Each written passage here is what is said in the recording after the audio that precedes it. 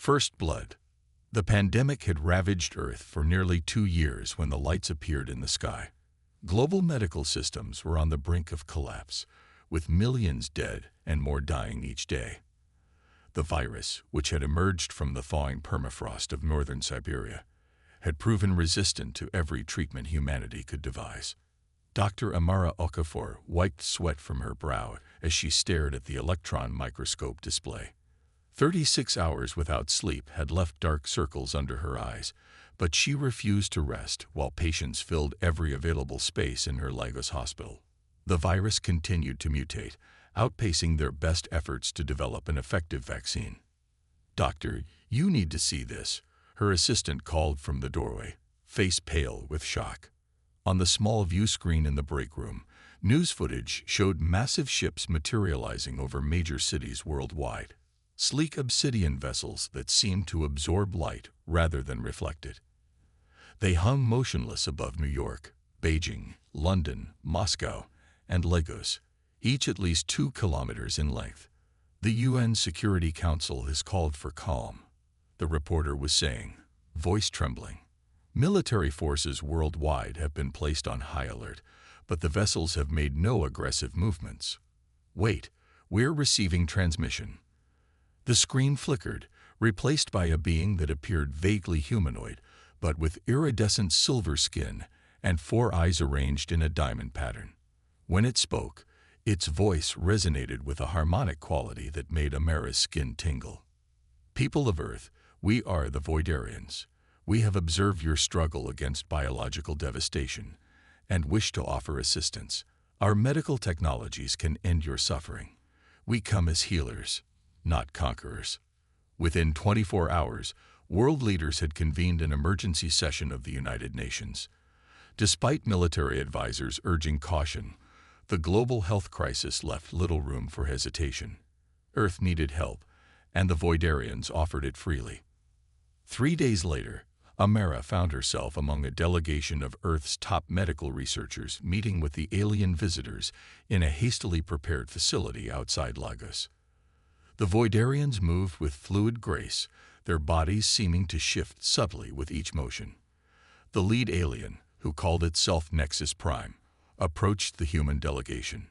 "Your species' dedication to preservation of life is admirable," Nexus Prime said, its voice creating strange patterns of resonance in Amara's inner ear. "Many civilizations we have encountered prioritize efficiency over compassion."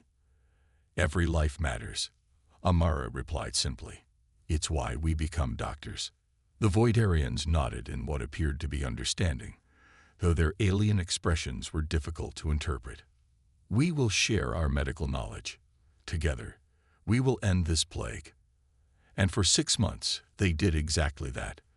The Voidarian treatments worked with astonishing effectiveness, neutralizing the virus and repairing cellular damage in even the most critical patients.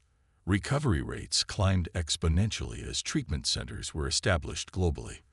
The aliens taught human doctors to produce the medicines themselves, showed them how to operate advanced diagnostic equipment, and worked alongside them day and night. Humanity began to hope again. For the first time in years, hospital beds emptied faster than they filled. Stock markets rebounded, governments stabilized, and people dared to make plans for the future. Amara had just finished her shift at the Lagos Treatment Center when Nexus Prime approached her. The Voidarian seemed genuinely curious about human medical ethics, often engaging her in philosophical discussions about the value of life. "Your species expends extraordinary resources to save individuals who contribute little," Nexus Prime observed. "Is this not inefficient?" "Efficiency isn't our highest value," Amara explained. "We believe in dignity and worth beyond utility. Besides, who can predict which life might eventually change the world?" The Voidarian tilted its head in that strange, fluid motion, an intriguing perspective. "Our analysis of your species continues to evolve." That night, as Amara slept in her apartment for the first time in days, she was awakened by a strange humming sound. Blue light filtered through her blinds, growing steadily brighter. She reached for her phone to call security when her body suddenly went rigid.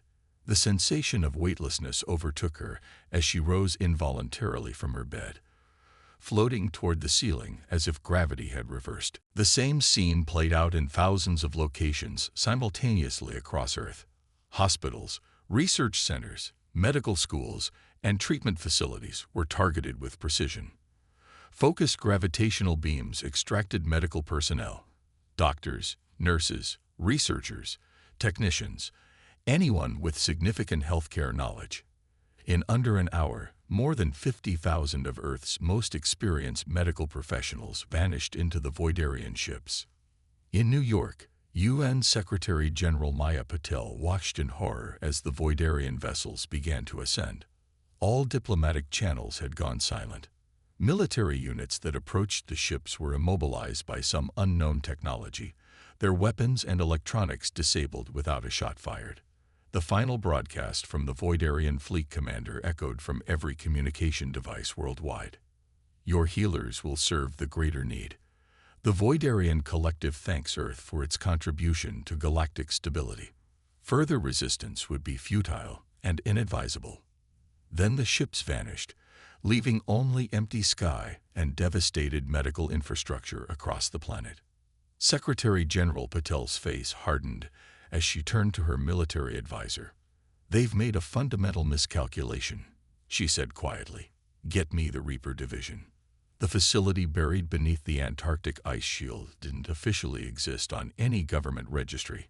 Funded through a complex network of black budget allocations from 37 nations, the Reaper Division had been humanity's insurance policy since the first confirmed extraterrestrial signals were detected 15 years earlier. Commander Elena Vasquez strode through corridors carved from the ice, her footsteps echoing against steel-reinforced walls.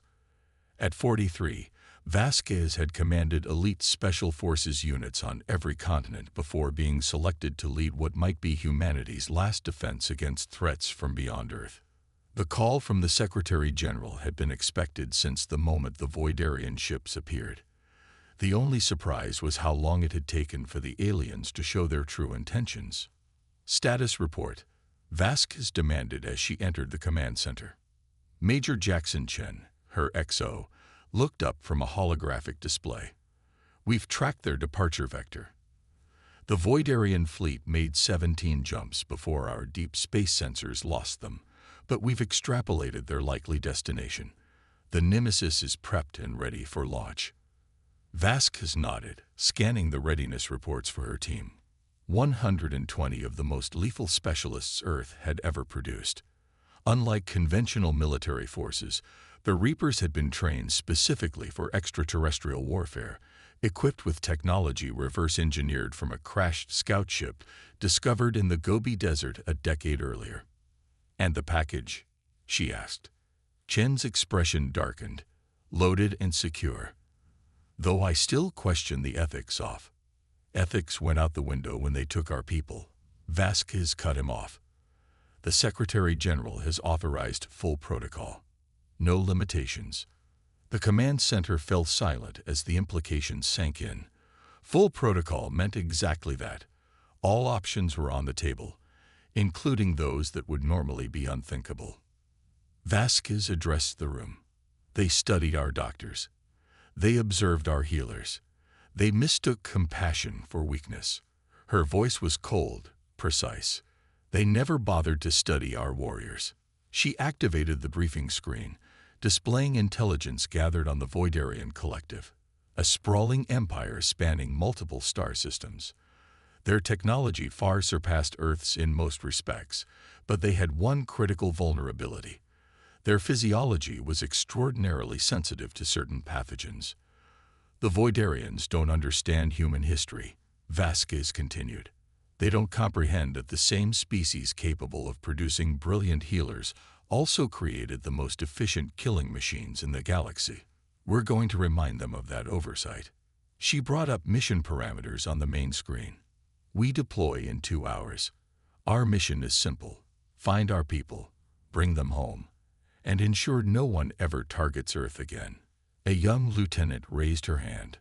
"Commander, realistically, what are our chances against an interstellar empire?" Vasquez's smile never reached her eyes. They've never faced humans fighting for their own. And they're about to learn why Earth's warriors are feared even by our own kind. 2 hours later, the Nemesis, Earth's first and only stealth warship, broke free from its underground hangar, rising through a concealed opening in the Antarctic ice. Its advanced propulsion system, based partly on Voidarian technology observed during their 6-month stay, left no heat signature as it accelerated beyond Earth's atmosphere. As the blue orb of their home planet receded behind them, Vasquez addressed her team one final time before cryosleep. They took our healers thinking we would be defenseless. They're about to discover they've awakened something far worse than anything they've encountered in the void. They're about to meet the Reapers. The ship engaged its jump drive, vanishing into the darkness between stars. The hunt had begun. Shadow operations. The Nemesis emerged from its 5th jump point, engines running in stealth mode as it drifted into the outer reaches of the Cygni 3 system. The ship's external hull absorbed rather than reflected light, rendering it nearly invisible against the backdrop of space. Inside, the crew awoke from cryosleep, mentally preparing for what would likely be the most important mission in human history. Commander Vasquez studied the holographic display of the system. Intelligence gathered during the Voidarians' time on Earth had provided crucial information about their empire's structure and communication protocols. 3 habitable planets, 7 mining outposts, and 1 central medical research station, she noted, pointing to a large orbital facility circling the system's 2nd planet. According to the data we've intercepted, they've distributed our people throughout their territory, but the majority are being held at the central facility. Major Chen frowned as he analyzed the communications they had captured. They're not even trying to hide it. Listen to this. Human medical knowledge showing unexpected value. Subjects demonstrating remarkable adaptability to Voidarian medical techniques. Accelerate integration protocols. Integration. Lieutenant Santos asked, her hand unconsciously moving to the combat knife at her hip. A polite term for biological assimilation, Vasquez replied coldly. They're not just using our people's knowledge. They're studying human physiology for something bigger. The Nemesis positioned itself behind a small moon, using its natural radiation to further mask their presence. The crew gathered in the briefing room as Vasquez outlined their approach. We'll start with the smallest outpost, she said, highlighting a research station orbiting the system's outer gas giant. Intelligence suggests they're holding 15 medical personnel there. We'll extract them, gather more intel, then move inward through the system, hitting larger targets as we go. Our final objective is the central medical station. Specialist Ramirez, the team's technology expert, brought up schematics of Voidarian security systems. Their tech is advanced, but predictable. They rely heavily on automated defense networks with minimal physical security. They've never needed to worry about infiltration. Another miscalculation on their part, Vasquez noted. Form up into strike teams. We move in 6 hours.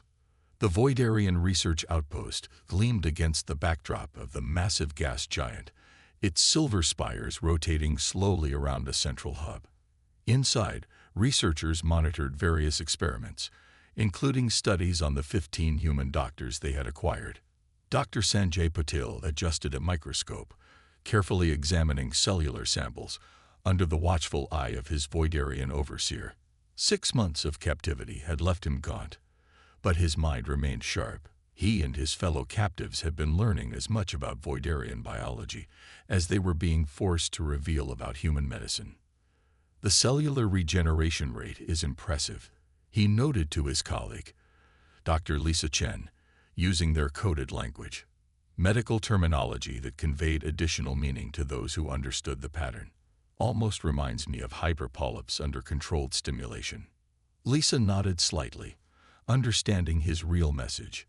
The Voidarians were vulnerable to rapid cellular deterioration under specific conditions, information they might eventually use to escape, or at least to bargain with. A soft alarm sounded, drawing the attention of the Voidarian researchers. One moved to a control panel, silver skin rippling with what appeared to be confusion. External sensor anomaly, it reported. Possible meteor debris. The station's lights flickered briefly, then stabilized. The Voidarians returned to their work, unaware that the meteor debris was actually a precision electromagnetic pulse that had temporarily disabled their perimeter sensors. Outside the station, 12 figures in advanced exosuits approached silently, using miniature propulsion systems to maneuver through space. Their suits, matte black and equipped with adaptive camouflage, were barely visible even at close range. Major Chen led the insertion team to an external maintenance airlock. Specialist Ramirez attached a bypass device to the lock's control panel, overriding the security protocols without triggering alarms. Within moments, the team was inside. Remember, non-lethal takedowns when possible. Chen reminded his team. We need information more than we need bodies. The Reapers moved through the station with practiced efficiency, neutralizing Voidarian security personnel with targeted neural disruptors that induced temporary paralysis. Unlike human nervous systems, Voidarian neural pathways were highly centralized, making them particularly vulnerable to the specialized weapons. In the main research lab, Dr. Patel heard the soft hiss of the door opening.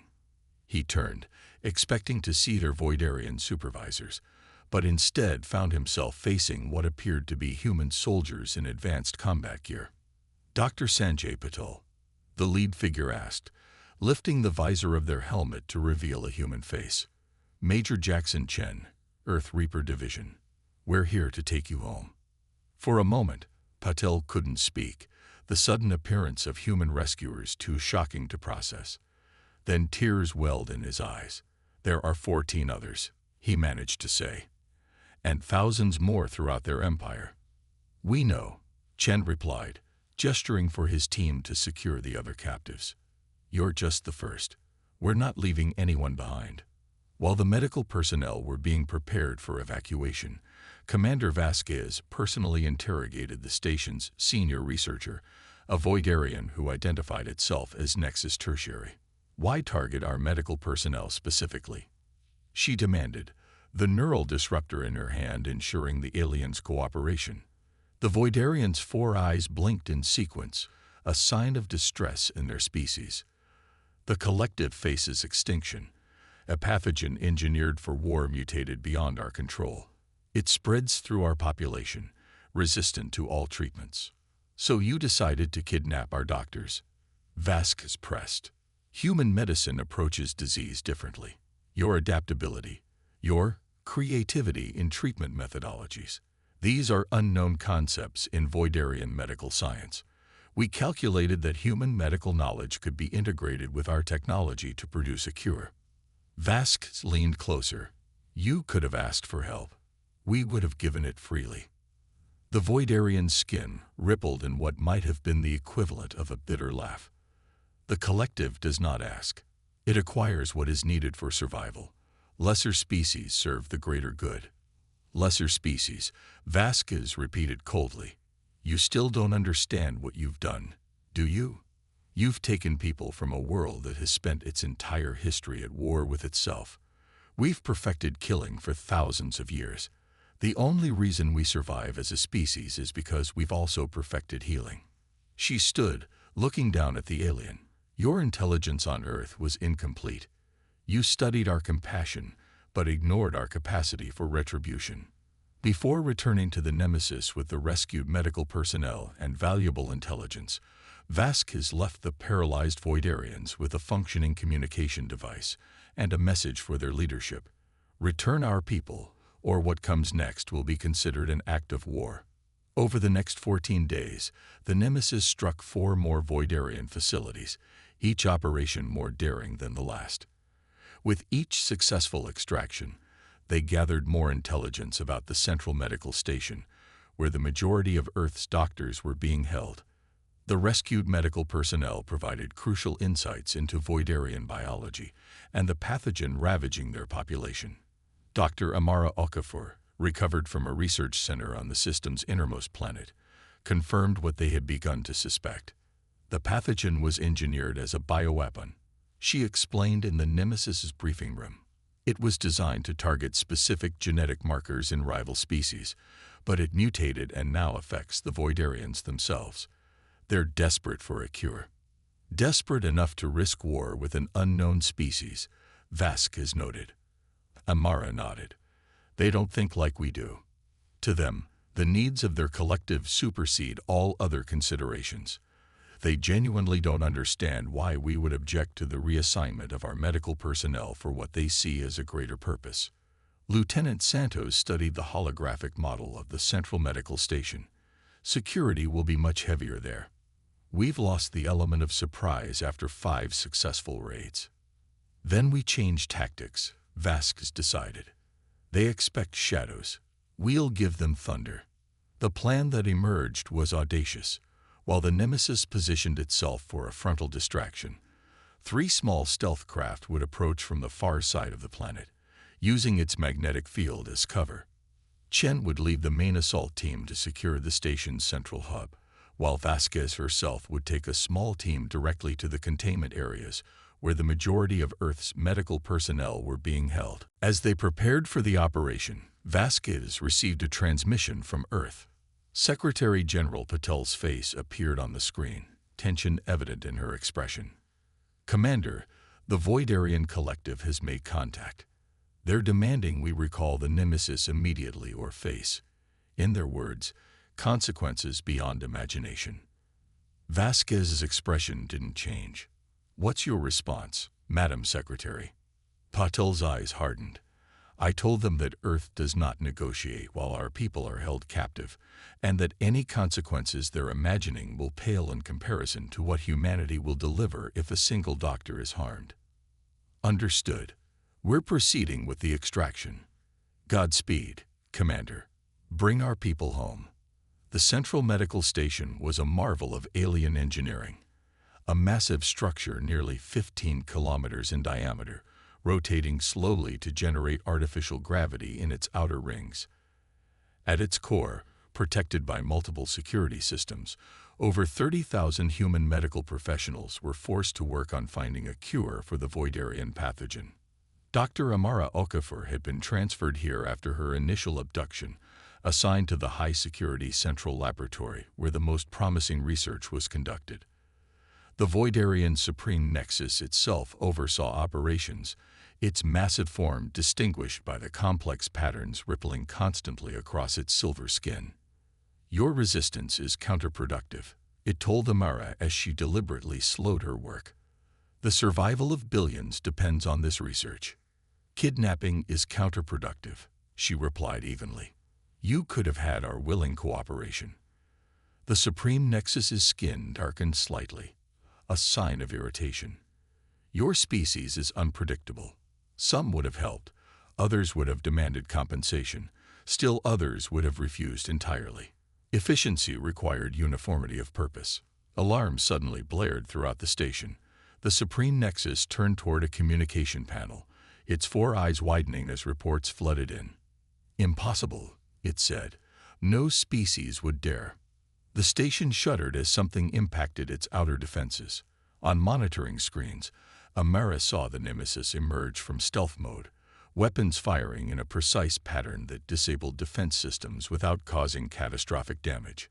While the Voidarians scrambled to respond to the frontal assault, 3 small craft attached themselves to the station's underside, cutting through the hull with molecular disassemblers. Commander Vasquez led her team through the breach, moving swiftly toward the central containment areas. The Voidarians had never developed infantry tactics or close-quarters combat techniques. Their civilization had evolved beyond physical confrontation, relying instead on automated defense systems and overwhelming technological superiority. They were entirely unprepared for the silent, lethal efficiency of the Reapers. Major Chen's team secured the central hub within 11 minutes, neutralizing resistance and taking control of the station's core systems. Lieutenant Santos led a specialized unit to the communication center, broadcasting a message throughout the facility in both human languages and the Voidarian harmonic speech. This is Earth Reaper Division. All human personnel move to designated extraction points. All Voidarian personnel, remain where you are. Non-compliance will be met with force. In the central laboratory, the Supreme Nexus found itself facing Commander Vasquez personally. 4 Reaper specialists had the alien leader surrounded, weapons trained on its vital areas. "You've made a catastrophic error," the Supreme Nexus said, its voice vibrating with harmonics that suggested both rage and disbelief. "The collective spans 17 star systems. You cannot hope to prevail against our full might." Vask stepped closer, removing her helmet to look the alien leader directly in its 4 eyes. "We don't need to defeat your empire. We just needed to show you that taking what's ours has consequences." She activated a holographic display showing the package they had brought from Earth, a sealed container holding a modified version of the very pathogen afflicting the Voidarians, engineered specifically to target their leadership caste's unique genetic markers. "One deployment will eliminate your entire ruling hierarchy within days," Vasquez explained calmly. "We're not going to use it this time. Consider it a demonstration of what humans are capable of when provoked." The Supreme Nexus's skin paled to an almost translucent state, the Voidarian equivalent of shock. "You would threaten biological warfare." "No," Vasquez corrected. "We would prevent it. Earth's doctors have already developed a potential treatment for your pathogen. Dr. Okafor can explain the approach, which your researchers overlooked due to fundamental differences in medical philosophy." Amara stepped forward. "Your researchers focus on neutralizing the pathogen directly. Our approach would use the body's own systems to recognize and combat it, what we call immunotherapy. It's less efficient by your standards, but far more effective against adaptive pathogens." The Supreme Nexus processed this information, its skin cycling through various patterns as it communicated with the collective consciousness. Finally, it addressed Vasquez again. "What are your terms?" "Simple. All human personnel returned immediately. Full reparations for the damage caused to Earth's medical infrastructure, and a formal agreement acknowledging Earth's sovereignty and our right to defend our people by any means necessary." The evacuation took 17 hours. Shuttle after shuttle transported Earth's doctors back to the Nemesis and the support vessels that had arrived after the initial assault. The Voidarians, stunned by the audacity and effectiveness of the human operation, offered no further resistance. Before departing the system, Commander Vasquez delivered a final message to the Voidarian collective. "You came to Earth seeking healers and found them. Remember that these healers come from a species that has survived by mastering both creation and destruction. We can be your greatest allies or your worst nightmare. The choice is yours." The Nemesis and its escort ships activated their jump drives, disappearing into the void between stars, carrying Earth's medical personnel home. Behind them, they left a changed Voidarian collective, one that would spread word throughout the galaxy of the species from the 3rd planet of an unremarkable yellow star. A species that sent healers to save lives and reapers to collect them when threatened. A species that should never be underestimated. A species called human.